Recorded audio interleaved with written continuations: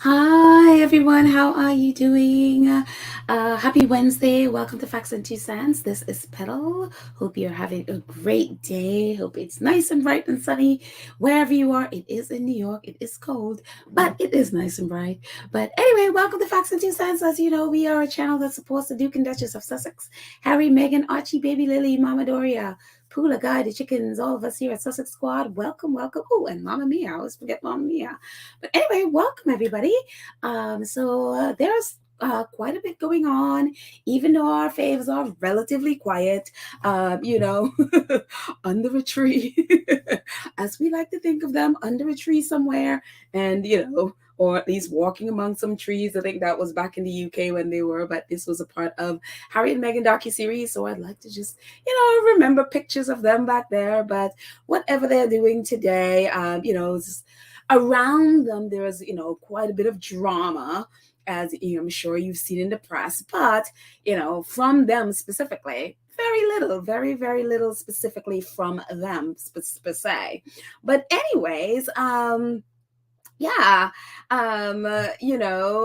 we saw yesterday, at least we talked about this yesterday. This is, and that's the thing that I love about Harry and Meghan. I think with all of the stuff that could go on around them right now, they are literally just focusing on their foundation and working with their the organizations they're working with and the charities they're working with. And one such charity, actually, this was on the WellChild tweeted about it, but also Archwell posted about it, and I'm very happy about Archwell now because they are at least updating their website a little bit more.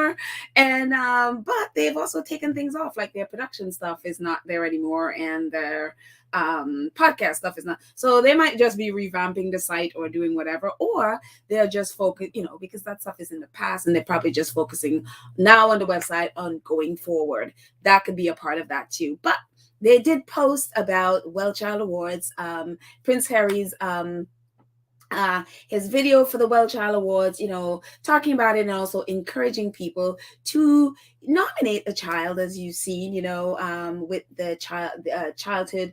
A lot of them have, whether it's childhood disease or childhood trauma, so, whatever it is they're going through, physical disabilities and all of those things. That really affects the kids in a lot of those are long-term illnesses, and so whatever it is that the kids are, just on the site, it really gives you an explanation of the who what the awards are about, and how you can go about nominating a child. And a lot of the kids, in spite of all the challenges especially physical challenges that they're going through, these kids are amazing. They're out there not just about themselves and about whatever is happening in their lives, but they're out there raising funds, they're out there giving and serving their community. It's amazing. And sometimes there's a brother or a sister of the child that's really having the who has the disability or any of those things, that are out there raising funds and really making a difference in the community. And so those kids are, it's amazing to watch. I mean, it's so inspiring. So on the website, it will give you all that information. And so again, especially this is, a UK organization. So especially if you're in the UK and you're watching this and a child that you would, that you think could be like, oh, this could, she could, or he or she could really be one of these kids that received an awards, go ahead. Check out the website. I'm going to put the link in the show notes so that way you can, nominate a child for a WellChild Award. And it says about the WellChild Award. It says the WellChild Award, in association with GSK, celebrates the inspirational qualities of the UK's seriously ill children and young people, along with those who go the extra mile to make a difference in their lives. And so right now the nominations are open. It says nominations for 2023 WellChild Awards in association with GSK are open. Nominate an inspirational child, young person, young carer, professional or parent carer before the 20th of March. And so after that, then they put their heads together and choose the winners.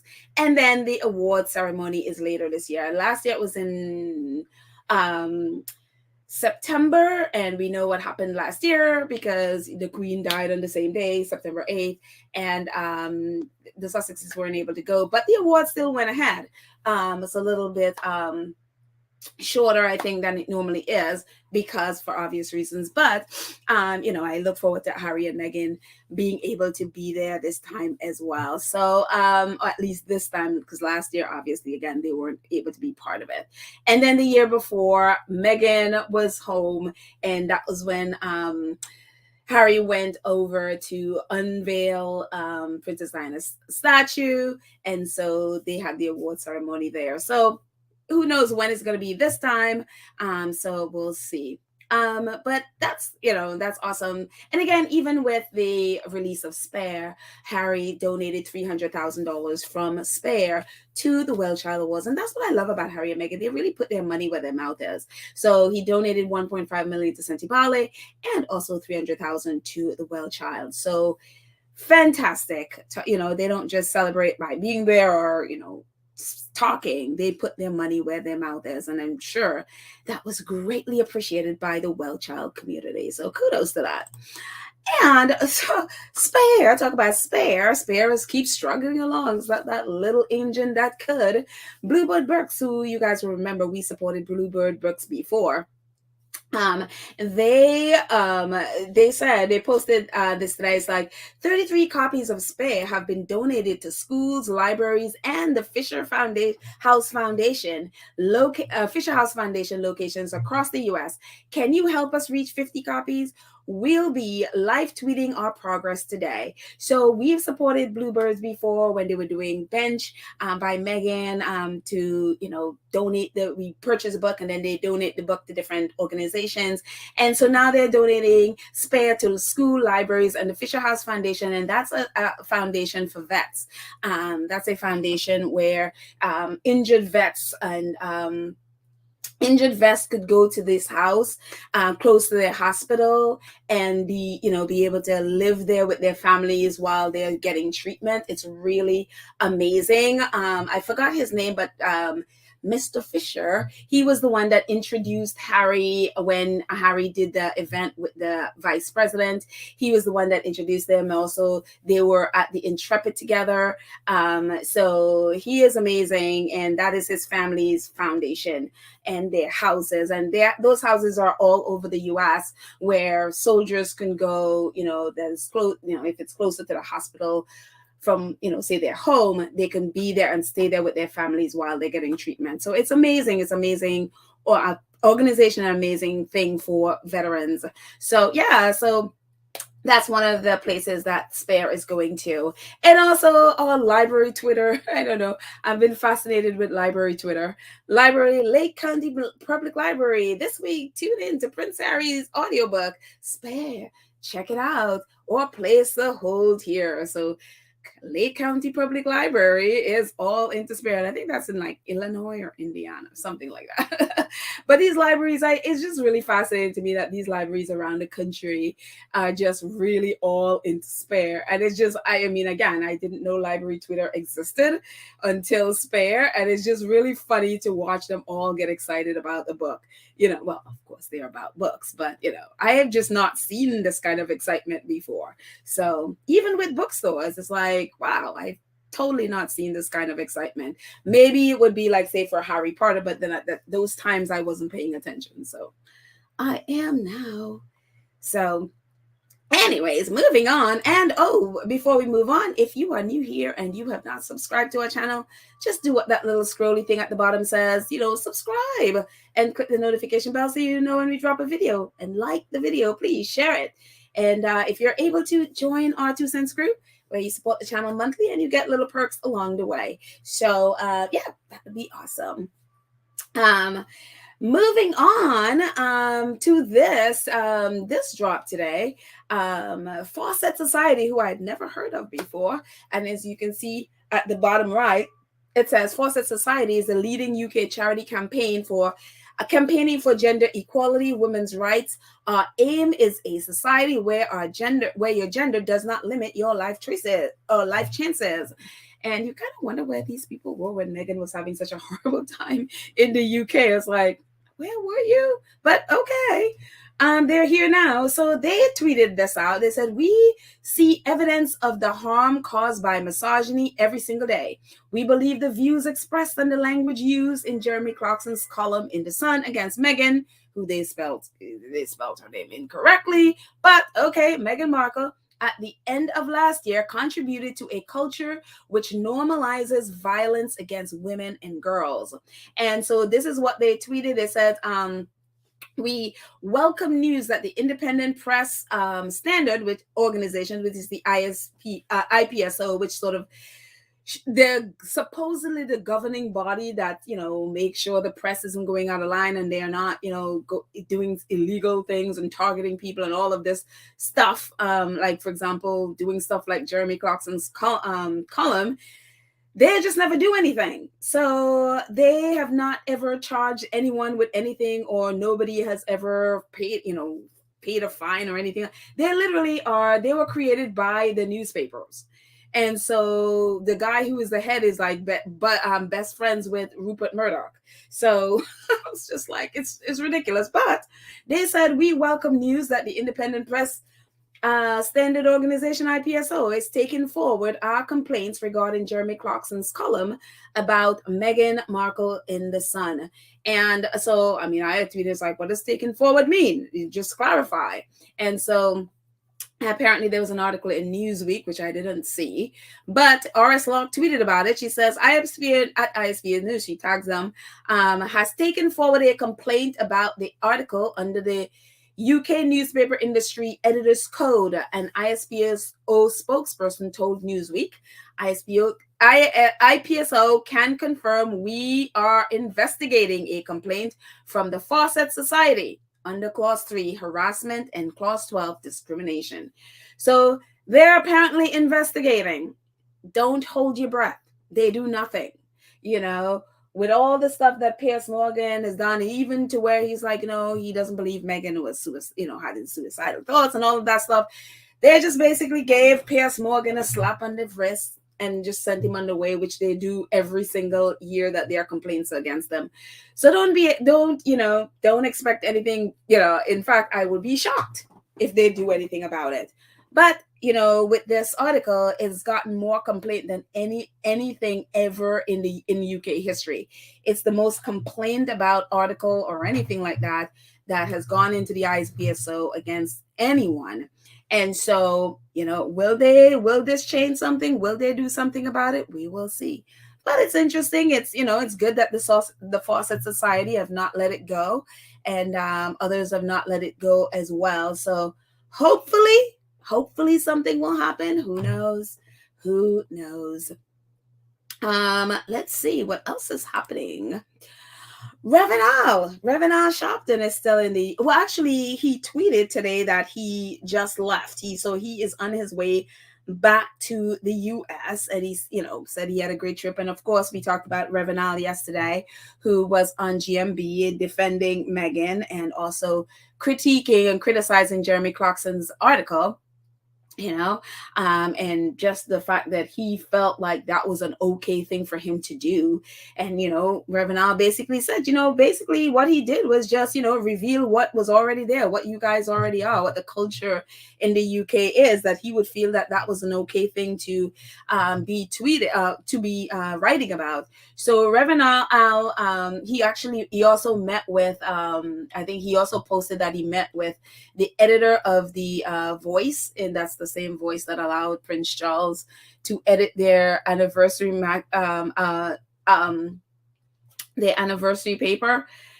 Interesting, but it's the same outlet, the Voice. So he also wrote a comment piece in The Guardian. And as you can see here, it says, I have seen race hate in the US and the UK, and the message is the same. No one is free until we are all free. I think his being in the UK was, I guess, sort of like a solidarity with, our UK brothers and sisters.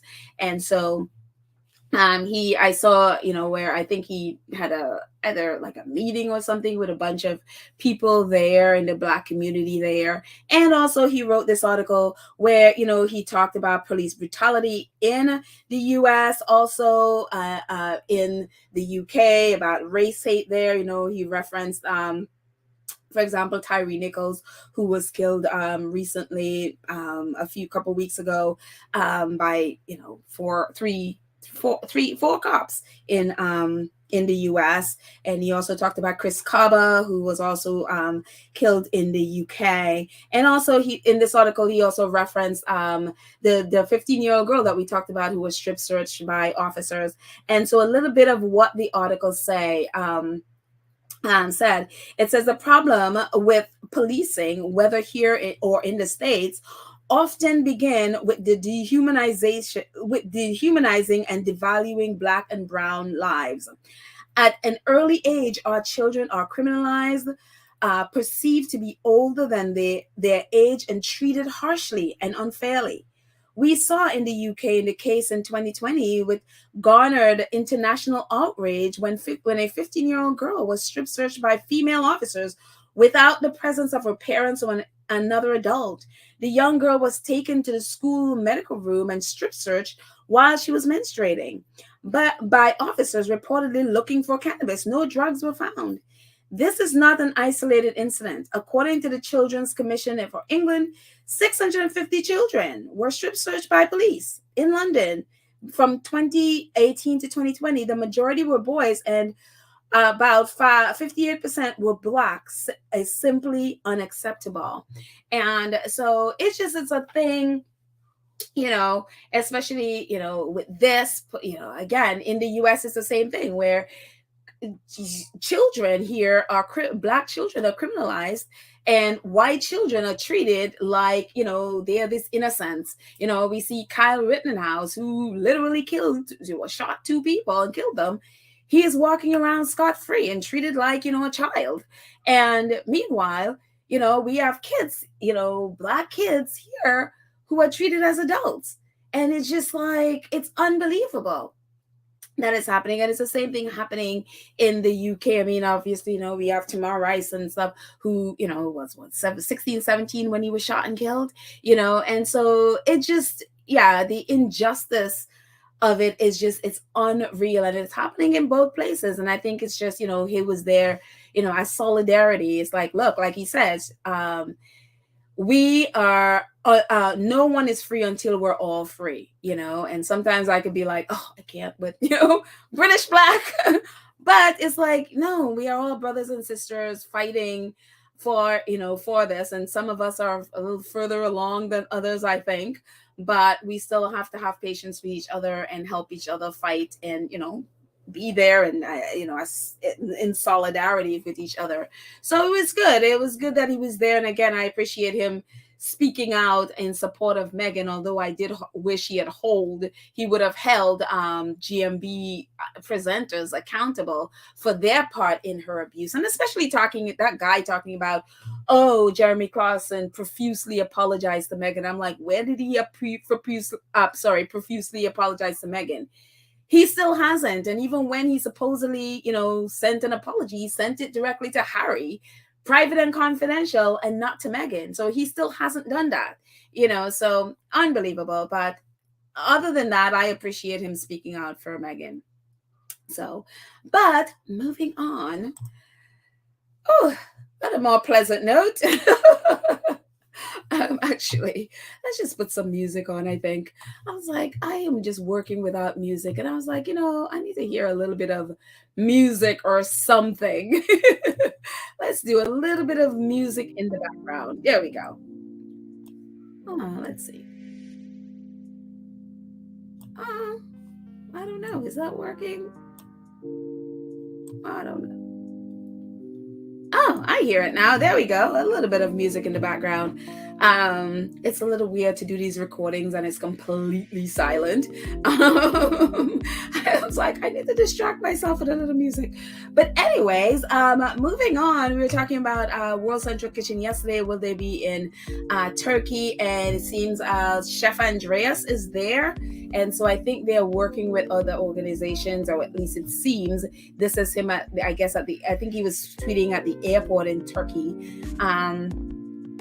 So I'm assuming they're working to get their team and working with other organizations in Turkey and maybe Syria as well. Who knows how the government is in Syria, if they will allow it. But, at least we see the chef for Turkey. He says, but he tweeted this. He said, so on top of everything going on in Istanbul, Turkey, in Istanbul is snowing and cold at the moment. So every plane has to be de-iced before taking off, and hopefully to Adana at 4 a.m. Actually, airport personnel are giving all they've got to help during this disaster. World-centric kitchen chefs for Turkey. So yeah, I mean, with all the stuff that's happening there with the earthquake, trying to rescue people, all the building collapse and all of this horror, it is freezing and it's snowing, and it's just like, talk about horror upon horror. So, if you haven't been before, so please keep Turkey in your prayers, keep Syria in your prayers. People are really suffering. This is a time when everything is down and there's no food and all of this stuff. So it's really difficult. And again, if you're interested in, donating to a cause, I mean, this is a great World Central Kitchen and others, like, again, always vet where you're donating to. But World Central Kitchen, we've, as a squad, we have donated to them before and did fundraisers for them before. So it's awesome. So kudos to Chef Andreas and his team, as they seem to be trying to get it together there in Turkey. So what else is happening? Oh, and it was funny. I wasn't even going to talk about this, but I saw this and I was like, I'm not even reading the article or anything like that. And so I read the article earlier, but it just is one of those things where it's just the Telegraph, Kate rebranding masterclass that may finally see Meghan off. With a new era, with a new crack team behind her, the Princess of Wales is set to take her work to the next level and make the most of her platform. And for me, it's so sad. And the reason why I brought this up, and normally I just wouldn't even be talking about Kate and, her rebranding herself for like the 50 millionth time, and it all in an effort to somehow upstage a person that's not even in her continent. But it's just a difference in mindset. And so while, in the UK press, they're all about pitting the two women against each other, I just, one of our wonderful squaddies posted this from Meghan in the tag. And it's just a different mindset that I just appreciate Meghan so much, is that she's not here to compete against women. She's an advocate for women. She doesn't have to compete against anyone. She's comfortable in her skin. And so this is what I mean. This was even before she was a royal, when the Tig was there. She says, I am not interested in competing with anyone. I hope we all make it. And so I hope and wish we all have that mindset, even with, when we come across articles like this with Kate, she's rebranding again for like the 50 millionth time, wearing an outfit that the red version of Meghan's white outfit when she did the Variety interview.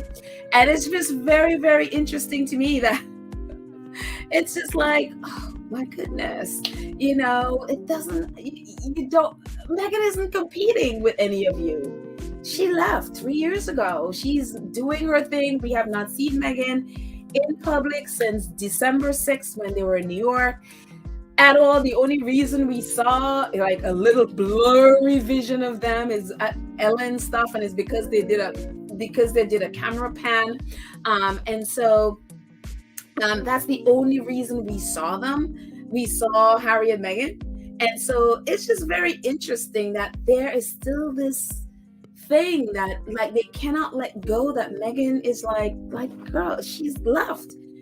You don't need to be comparing yourself. Just do you. If you want to do your thing, just do you. You don't need an embiggening thing where you have your people always comparing themselves to Meghan. I mean, I know Meghan is the standard, they all want to be her, but it's kind of embarrassing for her. Like, she can't be who she thinks she should be without trying to belittle, or, whether it's her or just the people writing the article, whatever, however this article came about. But it's always this thing of they can't elevate her without trying to push Meghan down or have a knee on Meghan's neck. And it's like, well, if that's where you are, then you have a lot more bigger issues than Meghan. Because no matter what you do and no matter how great it is, there'll always be this insecurity in your mind. And I wish she would get to a place where she's comfortable in her own skin and she doesn't have to compete and she doesn't have to, try to be Meghan and try to copy what Meghan is doing and all of that stuff. Just be you, honey. That's all you need to do. You don't need to do that. Meghan is not trying to compete with you. She's comfortable in her own skin doing her thing. So it's just kind of sad for me. And again, the only reason I'm bringing it up is just to see the different mindset, how Meghan is when, she talks about women and advocate for women. She really wants everyone to win. Like she says, a high tide raises all ship, It's like if we're all there and we all work together, we can rise together. Nobody has to be one up the other person. So, I mean, I hope for her sake that she changes that mindset, or whomever is around her changes that mindset for her sake. But I'm glad that our fave is just like, you don't compare. I'm not competing with you. I left. I'm on another continent. So anyway, moving on from that. Messiness from the UK. To this. Boston Herald, posted this today. They published this today about the cost of the, Earthshot mess in Boston, with William and Kate coming there without, and not inviting any of the people that's supposed to be the winners of the Earthshot prize, and bringing their celebrity friends to hang out with rich and famous people.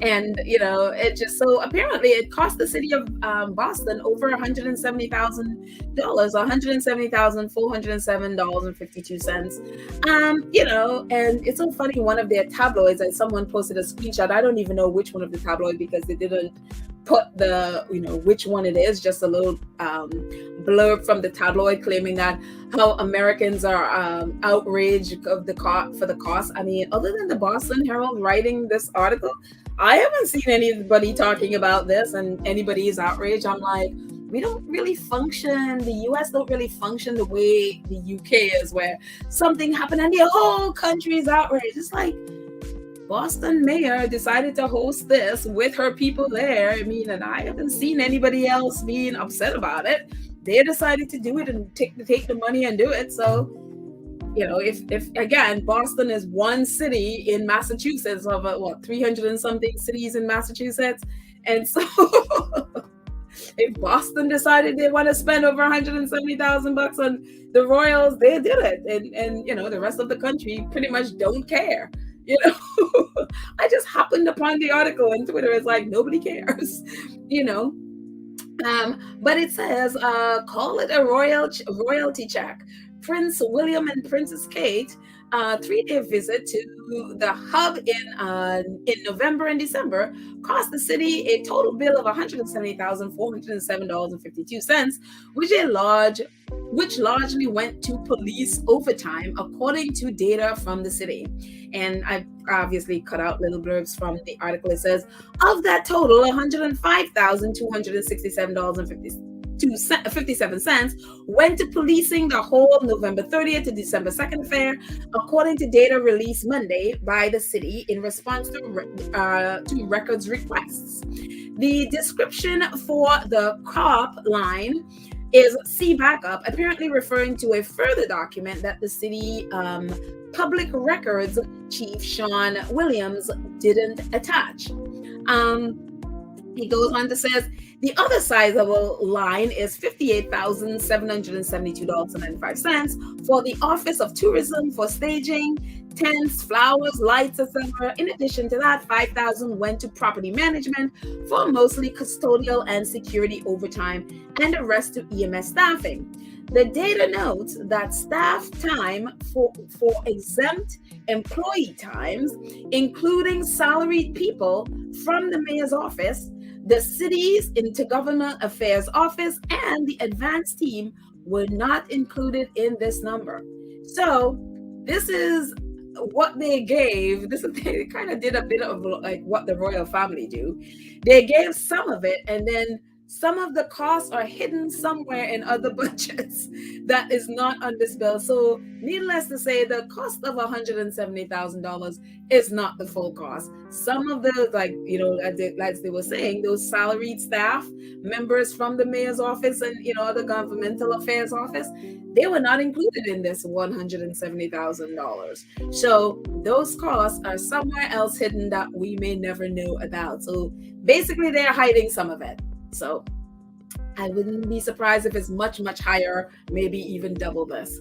But again, the US works differently.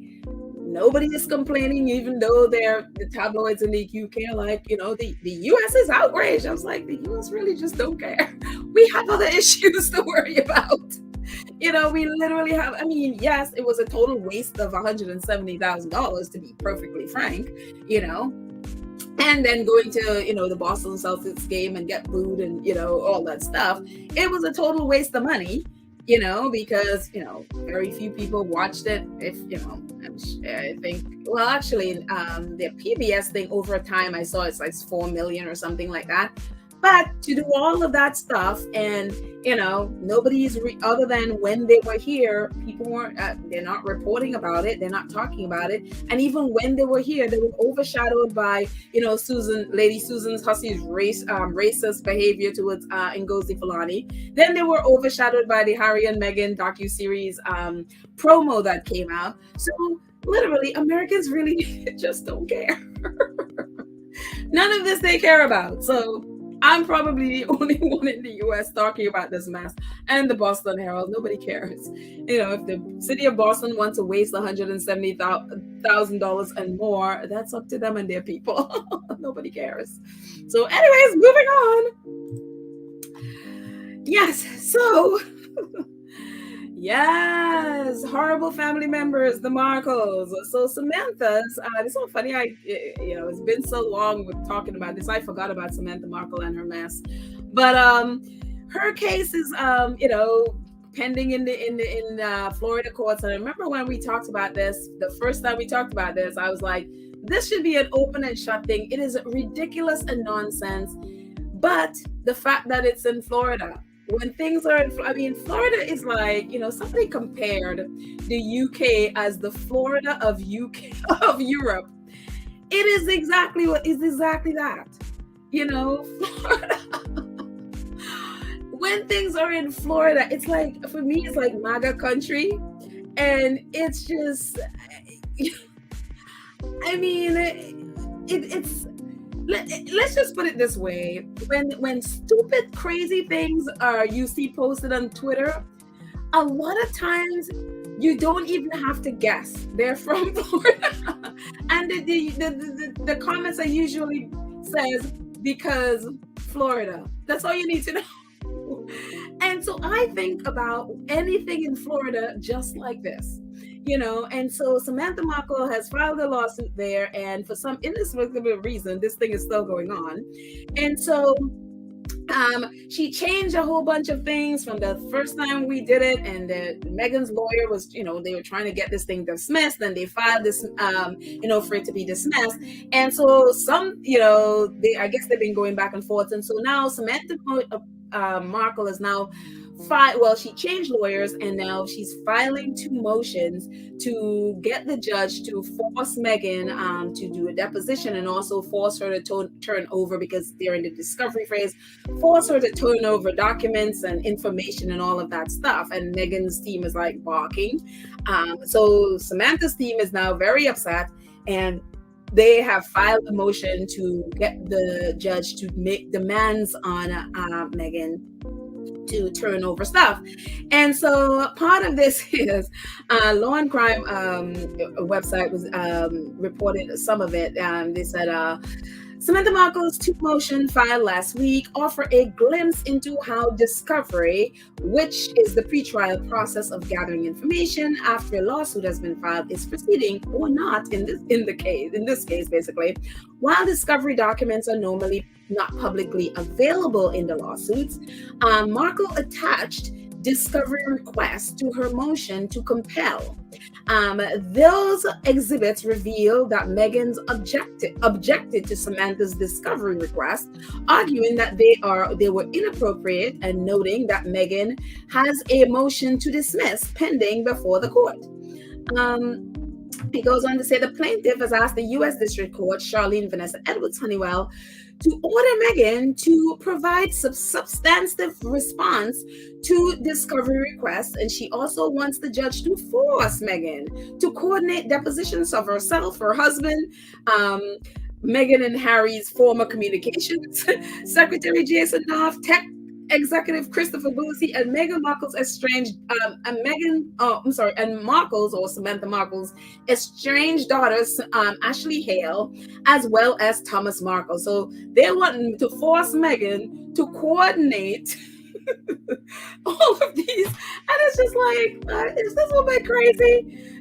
So Meghan is like, she has not responded to their deposition. The judge has ruled that, that there's nothing stopping Meghan and Harry from, sitting for the deposition. So she said that they will need to sit for a deposition, but they haven't quite ruled, I guess, for the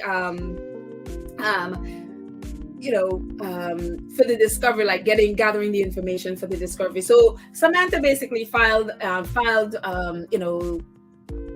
this I can't even speak, file these motions to make sure Meghan, complies, and that Meghan turn over information.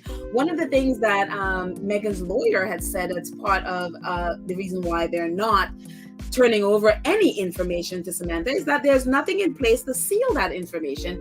Anything that's turned over to Samantha and her lawyers, expect to find that in the Daily Mail or, whichever tabloid, I'm sure, that's paying Samantha Markle. Because as we know, Samantha Markle is only suing for $60,000. To retain a lawyer like this for this length of time, somebody has to be paying. Samantha Markle doesn't have the kind of money to pay for this lawyer. And so I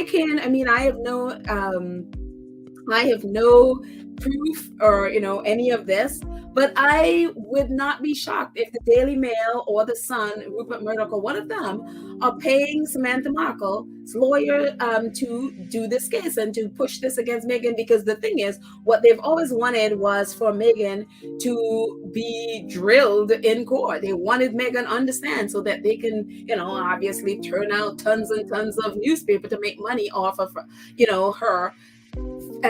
Sitting there and being questioned during a trial. And so I have no doubt that this is what is happening. Again, I have no proof, but will I be shocked to know that the Daily Mail or Rupert Murdoch are the ones? Again, Harry is suing both of them. Would I be shocked to know if that were the case? No. I don't think it would shock anybody if that were the case. But with all of this mess happening, one of the things, this is all that people have been reporting. Oh my gosh, Meghan and Harry have been ordered to sit for the deposition. And what they are not reporting is that next week on the 15th, Meghan's motion to dismiss the case entirely is going to be, they have a hearing for that on the 15th of February. So this whole thing, whether Meghan and Harry sit for the deposition and all of the, the gathering of information for the discovery, it all hinges on if the case move forward. If the case doesn't move forward, this is mute, So again, on the 15th, is when they will find out if they're going forward with this case. So, and again, this judge, this Black judge in Florida, and is one of those things that we talked about it when it happened, when she's an appointed judge that was appointed by Barack Obama. And Samantha Markle and her attorney made this thing against the judge that, oh, she is appointed by by Barack Obama, and Meghan and Harry are friends with Barack Obama, so therefore she is would be partial to Harry and Meghan. And honestly, I said it then. That probably spooked that judge. And because I'm like, and again, I don't, I'm sure she's a professional and is doing her job. I just don't trust in these things. I don't trust when I see stuff like that, especially again in Florida, MAGA country. When I see stuff like that, I'm like,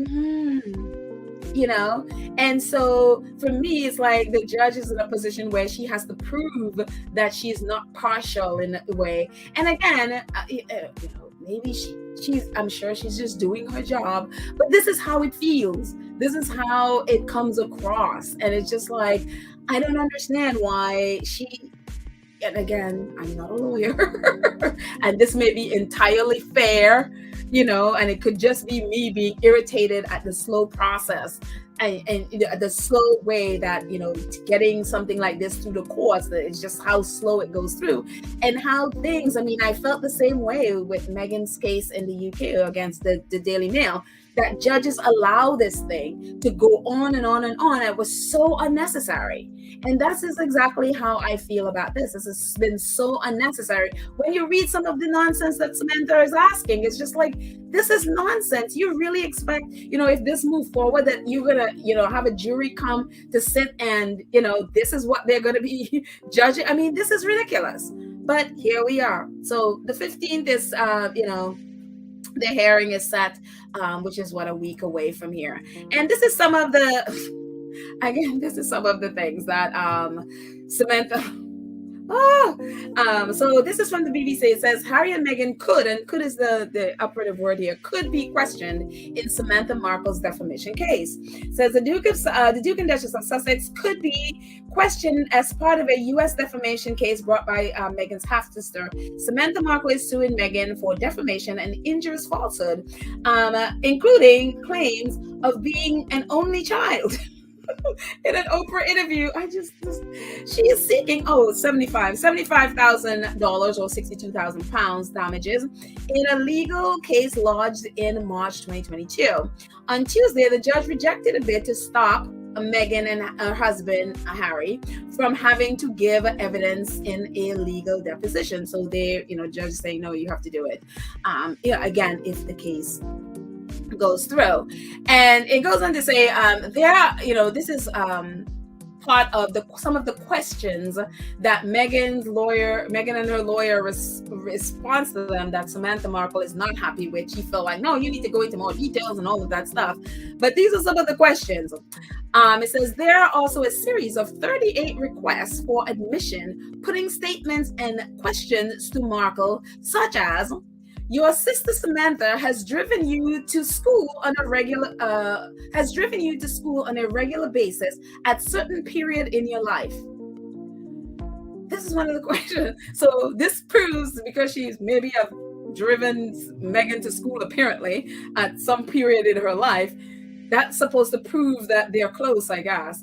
In response to that, the reply from Meghan's lawyer says the question is not relevant to any party's claim or defense, and says the query is vague and ambiguous. This is supposed to be a libel that, that because Meghan, she's claiming that, Meghan is like, I don't know you.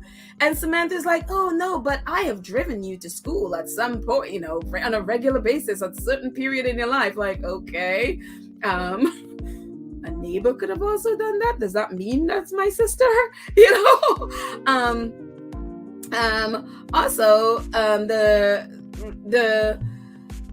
also goes on to say, it says, replying to you are not an only child. Meghan's legal response is that the statement that she grew up or she did not grow up as an only child cannot be defamation as a matter of law. Again, it's like the ridiculousness of that. It's like, how is someone saying I grew up as an only child a defamation to someone? It's the ridiculousness. And it also goes on to say the response argues that this does not distinguish between biological relations on the one hand and the manner in which a child is raised on the other. There are also statements, Queen Elizabeth is not racist and King Charles is not racist, to which the response says, this is not relevant to the party's claim or defense. And like, how is King Charles is not racist or Queen Elizabeth? What does that have to do with Samantha, her claim that Meghan libeled her? It goes on to say, the latest ruling in the case also saw the judge appearing to question some of the claims in the case. The judge said that a preliminary peek suggests that some of the claims may be ripe for dismissal.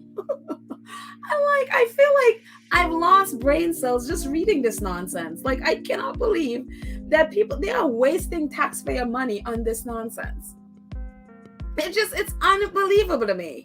And so I don't know what Meghan is going to do. I don't know, what you do with a family member who do this, how someone was saying, she should have just defaulted this case. So I don't even know if that's a possibility. If you just don't show up or don't just pay attention. I don't know what the right things. I don't know the legal things of the right things to do about this stuff. But I'm like, you can't allow someone to get away with stuff like this. And I know Meghan is this very compassionate person, and you're trying to not punch down at somebody who's in a wheelchair. But at some point, you got to put the hammer on Samantha Markle. I mean, this is ridiculous. This is utterly ridiculous that it just, and again, she's only asking for 75. I mean, that is just a drop in the bucket for Harry and Meghan. They can just pay her off and whatever. But why would you though? Because I'm sure they have to know that somebody is paying Samantha Markle and they are paying her to do this sort of thing. They have to know that that's a huge possibility. That this is so that they could embarrass Meghan, they can get her in court and drill her and hopefully be able to reveal things about, herself. And a lot of things with Samantha Markle is that Meghan is a liar, that she's defamed the family and all of these things. They just want to destroy Meghan Markle. That's the goal. That is the goal. For me, I don't think this is for Samantha, yes, she needs the money. But there is the bigger force behind this, because again, $75,000, it cannot pay for that lawyer. That lawyer is a lot more than that, and somebody is footing that bill, and it ain't Samantha Markle, so it's just, I don't know what Harry and Meghan are going to end up doing with this case. I don't know how they're going to, if the judge says it goes ahead, are they going to sit for that? I mean, I don't know. I mean, the judge says they have to do it, so they will have to sit for that for the decision if it goes ahead, or if they settle it, or if they, what I've seen a lot of people do and stuff like this is countersue them for millions and basically own them. I don't know. It just is one of those things. It's like, I so wish Meghan was really an only child, that she never has to deal with these people. I don't know why Meghan still has her last name as Markle. I would have changed that a long time ago. I would have completely cut Markle out of my last name. I would have I would have cut these people out of my life, and also taken out one of those restraining orders against every single one of them. I mean, whatever. I would not let them get away with stuff like this. But again, it's family. When it's family, it's just, even though they're so hateful, Meghan is just, she's just such a kind-hearted person. And I just hope, I hope that on the 15th, the judge dismisses this nonsense and she doesn't allow this. And then she sanctions Samantha for bringing a frivolous lawsuit and wasting the court's time and taxpayer money, because this is ridiculous. It is absolutely ridiculous, especially knowing Samantha is the one who has been libeling Meghan since 2016. I mean, there's tons and tons and tons of evidence of her doing it. And yet she is suing Meghan for libel. I mean, it is so ridiculous. So anyways, who knows how this is going on, how this is going to, turn out. But I just hope for Meghan's sake that after the 15th, we don't hear anything about this case again. And Samantha, who knows? I'm sure she's going to try it again, but who knows? Moving on. to just happier times. Actually, you know what? Let's do some music. I just need a change of music because I'm like, I just can't with Samantha's nonsense. Let's try Thunder and see. And just a little bit of a change of music here. Okay, there you go.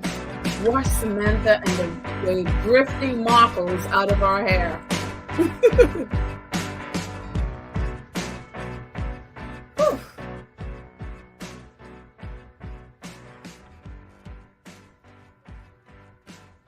All right. Yes. Okay. Get that mess out of her hair. Like, I didn't even put a picture of it because I could not even look at this woman. So I'm like, let's move on to much happier people, much happier times, people that I want to talk about, and that is Invictus. It's just very inspiring just seeing anything from Invictus. And so this is Invictus Düsseldorf. They tweeted about Team Canada. It's like, looks like Canada will be bringing an amazing team to the games against and so again, sorry. And so this is Canada team at the bottom there, working out, getting ready for the games in September. And also on the right says, good luck to the members of the Colombian team who are taking part in the Grand Fondo Matamoros. It is inspiring to see the team training for this grueling cycling event. And that is so awesome. So kudos to Team Colombia. Looking forward to seeing you guys at the games in September. Also, Invictus throughout Canada. I mean, I'm telling you, Invictus Games Vancouver, they are so excited.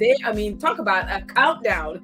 They're like, okay, I know it's 2 years out, but let's do a countdown. 63 million, 7,200,000 seconds, 1,052,200 minutes, 17,531,064 hours, 730 days, 142 weeks, or 2 years to go until we get to the return to Canada for the Invictus Games Vancouver Whistler 2025. But who's counting? And I probably said all those numbers wrong. But you see what I mean. But they are very, very, very excited about Vancouver Whistler games in 2025. And those are all of the sports that's going to be happening. It's going to be a hybrid games with all of these wonderful winter, including the summer sports, but adding all of these winter events as well, like skiing and all curling and all of that stuff. So it will be incredible in Vancouver. And also look at them over here on the right. 2 years from today, Vancouver and Whistler will be welcoming the Invictus community to British Columbia for the opening ceremonies of the Invictus Games 2025. Counting down the days. Really? You really are counting down the days? We couldn't tell. But they are excited. They are very, very excited, and we are excited for them. They are going to be right there in Vancouver, Canada. So anyways, very, very excited to end with our wonderful Invictus Games. Can't wait to see Prince Harry, Meghan, and hopefully Archie and Lily at these games. Not sure if they're going to be at Dusseldorf, but they'll be a lot older in 2025, and then maybe they could be at the Winter Games in Vancouver. That would be fantastic. So anyways, that's it, guys. That's all I got. Thank you so much to our awesome moderators, Lydia, Churchinelli, Karen M, Cookies and Cream, who will, maybe all or maybe some of our moderators will be on the chat when I post this. But thank you guys so much in every way for always making our chat safe and wonderful. Thank you so much. Thank you to our awesome 2 Cents crew who support the channel monthly. Thank you all so much for your kind donations. And again, you do this out of the kindness of your heart. So thank you all so very much. And our awesome Gold Star supporters who support the channel with super thanks, super chat, super stickers, donation, PayPal, Cash App, merchandise, however, all the ways that you support us. Thank you all so much for supporting the channel. I appreciate it in every single way. Thank you all. Thank you all. Thank you all. So anyways, I will be posting this later today, and hopefully I will see you all in the chat. I will be in the chat hanging out with you for a bit, and so hopefully I will see you there. All right, so until next time, love you all. Bye.